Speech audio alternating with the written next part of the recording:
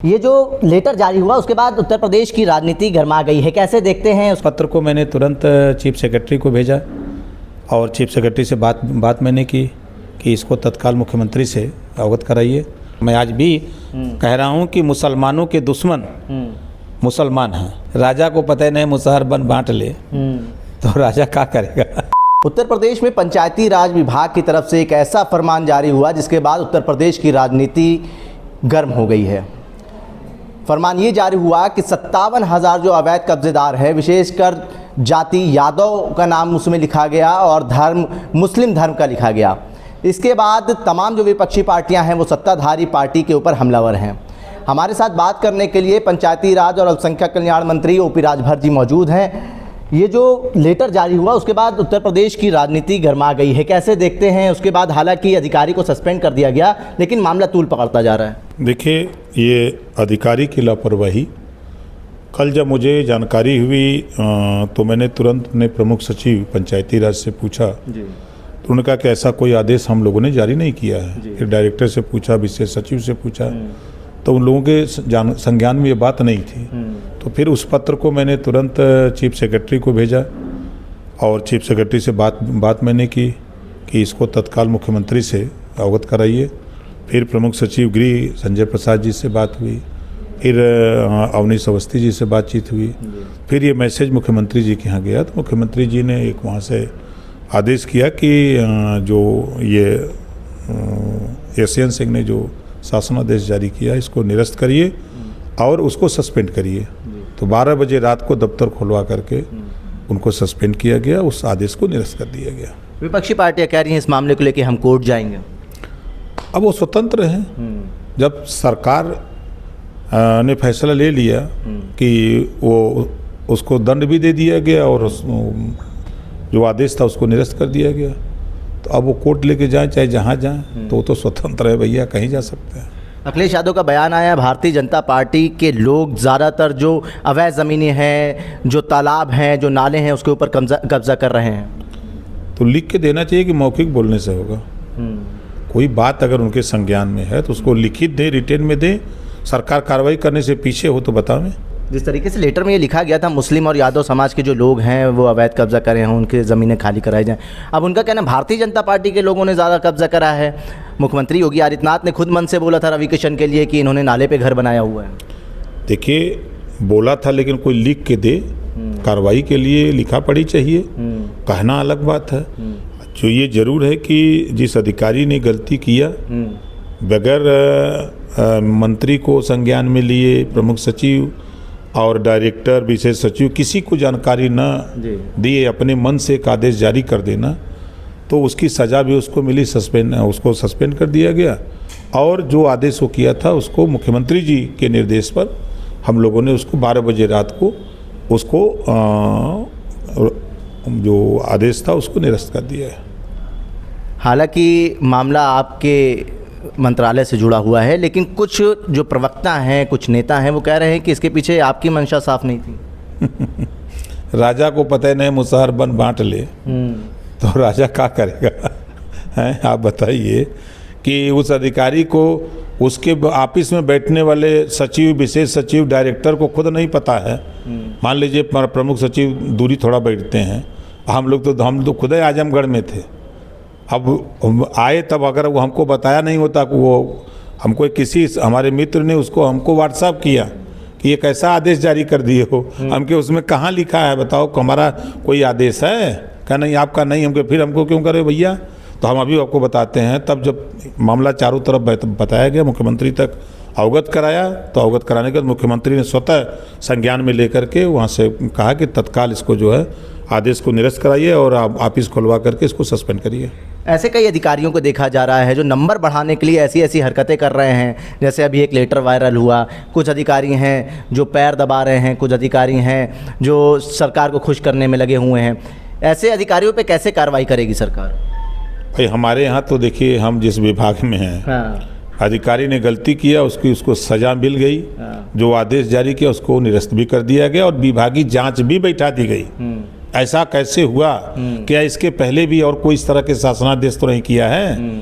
तो तो उसकी भी जानकारी हम लोग लेने के लिए तैयारी में हैं। इससे पहले भी आपका बयान आया था, वक्फ बोर्ड का मामला चल रहा था, आपने बयान दिया था हुसैनाबाद ट्रस्ट की ज़मीनों को लेके, बड़े इमामबाड़े छोटे इमामबाड़े को, वो भी मामला बहुत तूल पकड़ रहा है।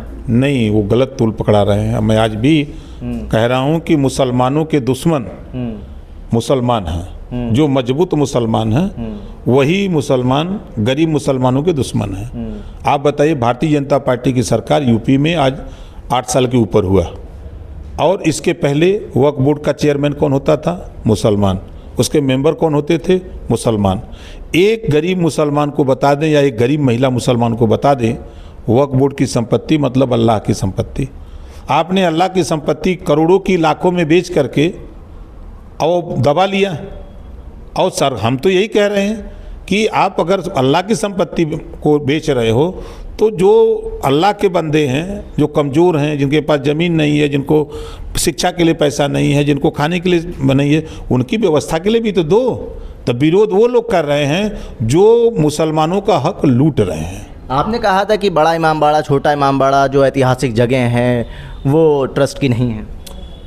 हमने ये कहा है कि वो जो बना है वो ज़मीन जो है वक्फ बोर्ड की नहीं है, वो सरकारी ज़मीन है। बड़ा विरोध हो रहा है इसका। होने दीजिए, विरोध जहाँ ना हो तब न मज़ा आएगा। एक साथी मंत्री हैं आपके संजय निषाद, एक तरफ उत्तर प्रदेश के कई ज़िले में बाढ़ आई हुई है, लोग परेशान हैं, घर छोड़कर जाने पे मजबूर हैं। वो कह रहे हैं गंगा जी खुद ही दर्शन देने आ गई हैं, आप लोग परेशान ना होइए। देखिए, वो बड़े भाई हैं और गंगा जी से उनका बड़ा संबंध है। जब भगवान राम को वनवास हुआ तो गोराज निषाद जी ने पार किया था गंगा जी से अपने नाव से बैठा करके, तो बड़ा अच्छा संबंध है गंगा जी से। और हम समझते हैं कि अभी जैसे कुंभ लगा था और शायद गंगा जी से प्रेम करने वाले लोग नहीं होते तो आपने देखा कि जो नाव चलाने वाले लोग थे तो वो नाविक गंगा जी को मानते हैं, गंगा जी से प्यार करते हैं। आप चाहेंगे कि मंत्री निषाद जी जाएं उन क्षेत्रों में भ्रमण करें जहां पे बाढ़ आई हुई है और वहां पे डुबकी लगाएं लोगों के साथ? देखिए, माननीय मुख्यमंत्री जी का स्पष्ट लिखित सबको निर्देश आ गया है कि जो अपने अपने प्रभारी जिले हैं उन जिलों में सभी मंत्री जहां बाढ़ आई है वहां प्रवास करें और वहां व्यवस्था हर तरह की, जिस तरह की किसी को कोई दिक्कत न हो। जैसे हम सुल्तानपुर के प्रभारी हैं तो परसों ही कल जब मुझे मिला तो मैंने तुरंत डीएम को संपर्क किया कि अपने ज़िले में कहीं बाढ़ का, हमारे यहाँ कोई दिक्कत नहीं, कोई बाढ़ के नहीं है। हमने कहा रिटेन में लिख के दो, तो रिटेन में उन्होंने लिख करके 4 लाइन भेजा। फिर मैंने एक पत्र बना करके मुख्यमंत्री से अवगत करा दिया कि मेरे ज़िले में ऐसे कोई बाढ़ का कोई खतरा नहीं है और अभी जिस तरह का माहौल है अभी लंबे समय तक भी अभी कोई उम्मीद नहीं है। और दूसरे ज़िले में जहाँ कहीं हो हमको भेजना हो हमको भेजिए, हम जाएँ। मऊ में जो उपचुनाव होने वाला है, अब्बास अंसारी की सीट खाली हुई है, क्या तैयारी है आपकी? हम पूरी तैयारी में रहते हैं, हम सो जाते हैं तो तैयारी बंद और जब जग जाते आप लड़ेंगे या भारतीय जनता पार्टी? देखिए, 2017 में वो सीट भारतीय जनता पार्टी ने हमको दिया था, हम लड़े और हम 6000 वोट से हारे। फिर दोबारा हम लड़े, हमारी पार्टी लड़ी और हम चुनाव जीते। इस नाते वो सीट हमको लड़ना है। हम पूरी ताकत तैयारी से, हम सभी एनडीए के साथ ही लगे हुए हैं। ज़हूराबाद से आने वाले विधानसभा चुनाव में आप लड़ेंगे या कहीं और से लड़ेंगे? अगर वहाँ पे अंसारी परिवार लड़ता है तो क्या आप उनका समर्थन करेंगे? देखिए, अभी खोखी आवे के सवेरे मोबाइल संजय के तब वो टाइम आने दीजिए तो बताएंगे।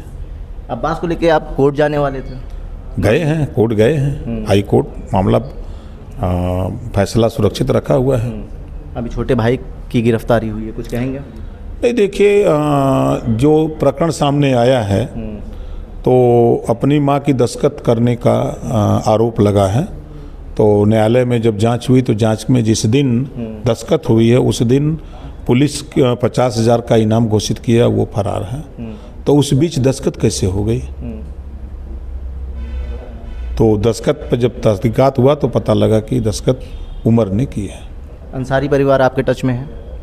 हाँ, हमारे टच में 25 करोड़ लोग हैं वही नहीं, 25 करोड़ लोग रहते हैं। आपके विधायक हुआ करते? नहीं, बिल्कुल हैं। संपर्क में रहते हैं, बातचीत होती है, हम सबसे बतियाते हैं, हाल चाल लेते रहे। हम सबसे बतियाते हैं। ठीक है, बहुत शुक्रिया। Thank you. कैबिनेट मंत्री ओम प्रकाश राजभर जी हमारे साथ बात करने के लिए मौजूद थे। पंचायती राज विभाग से जिस तरीके से जो लेटर जारी हुआ है उसके ऊपर अखिलेश यादव ने हमला बोला है, कहा इस मामले को लेकर हम कोर्ट जाएंगे।